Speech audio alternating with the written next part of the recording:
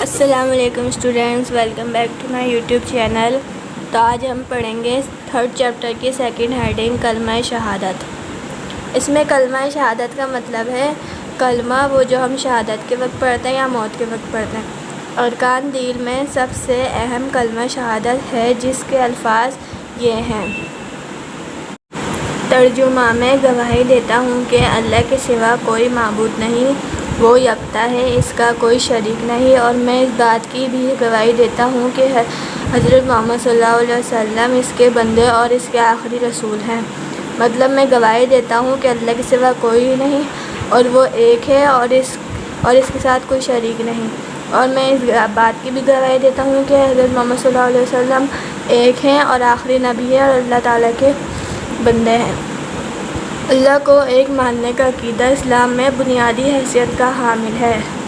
مطلب اللہ کو ایک ماننے کا ہمارا یقین اسلام میں اہم عمل کا وزن رکھتا ہے، جس کے بغیر کوئی انسان مسلمان نہیں ہو سکتا۔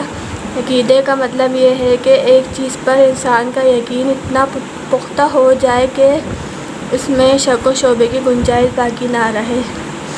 عقیدے کا مطلب ہمارا جو یقین ہے اس کا مطلب ہے کہ ایک چیز جس پر انسان کا بہت یقین ہو جائے، بہت مضبوط یقین ہو جائے، اور اس میں کسی بھی شک و شبہے کی گنجائش باقی نہ رہے۔ انسانی زندگی میں عقیدے کی اہمیت اور اس کے اثرات کا تقاضا توحید کے باب میں تفصیل سے ہو چکا ہے۔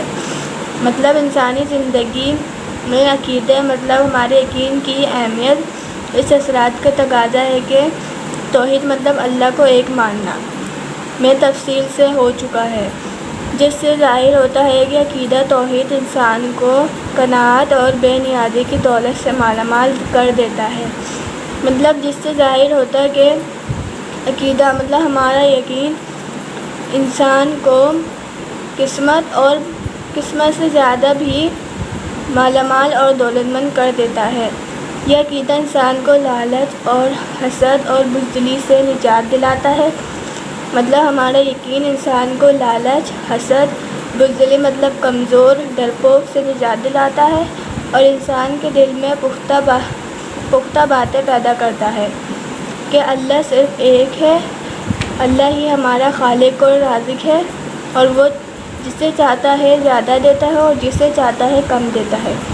عزت اور ذلت اور حکومت اور دولت اسی کے ہاتھ میں ہے۔ وہ جس کو چاہے عزت دے، جس کو چاہے ذلت دے، جس کو چاہے حکمرانی دے، جس کو چاہے دولت دے، وہ سب اللہ تعالیٰ کے ہاتھ میں ہے۔ اللہ کے سوا کوئی کسی کو پہنچا سکتا ہے، اللہ کے سوا کوئی اور کسی کو بھی نہ تکلیف پہنچا سکتا ہے، نہ نقصان پہنچا سکتا ہے، اور نہ نفع پہنچا سکتا ہے، نہ فائدہ پہنچا سکتا ہے۔ وہ جس کو جو کچھ عطا کرتا ہے ایک مصلحت کے تحت اور آزمائش و امتحان کے غرض سے عطا کرتا ہے۔ وہ جس کو جو کچھ بھی عطا کرتا ہے ایک مجبوری کے تحت عطا کرتا ہے، کسی وجہ کے تحت عطا کرتا ہے یا تجربے کے تحت عطا کرتا ہے، اور پھر وہ جسے جو کچھ دینا چاہتا ہے کوئی اس کو روک نہیں سکتا، اور جسے کسی چیز سے محروم کرنا چاہتا ہے کوئی دوسرا اسے دے نہیں سکتا۔ اس کے ساتھ ایک اللہ کو ماننے کا عقیدہ انسان کو اس کے قانون کا پابند بناتا ہے۔ اللہ کو ایک ماننے کا یقین ہم انسان کو اصولوں کا پابند بناتا ہے۔ یہ یقین کہ اللہ تعالیٰ انسان کے تمام چھوٹے بڑے ظاہر اور پوشیدہ اعمال سے واقف ہے۔ اللہ تعالیٰ ہمارے جو ظاہر ہے، جو ہمیں دکھتے اعمال اس سے ہی واقف ہے، جو پوشیدہ ہے چھپے ہوئے اعمال اس سے ہی واقف ہے۔ اسے غلط کاری اور گناہ گاری سے محفوظ رکھتا ہے۔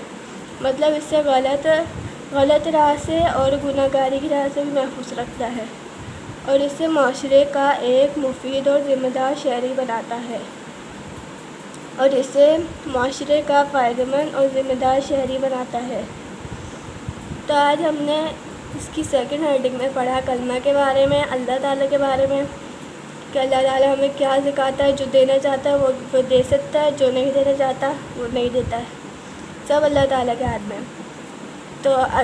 تو نیکسٹ ویڈیو میں ہم اس کی پڑھیں گے 3rd ہیڈنگ آج کے لیے بس اتنا ہی. اگر آپ کو سمجھ آئی ہو یہ سیکنڈ ہیڈنگ تو کامنٹس میں بتائیے گا، اور ملتے ہیں نیکسٹ ویڈیو میں. تب تک اپنا خیال رکھیں. اللہ حافظ.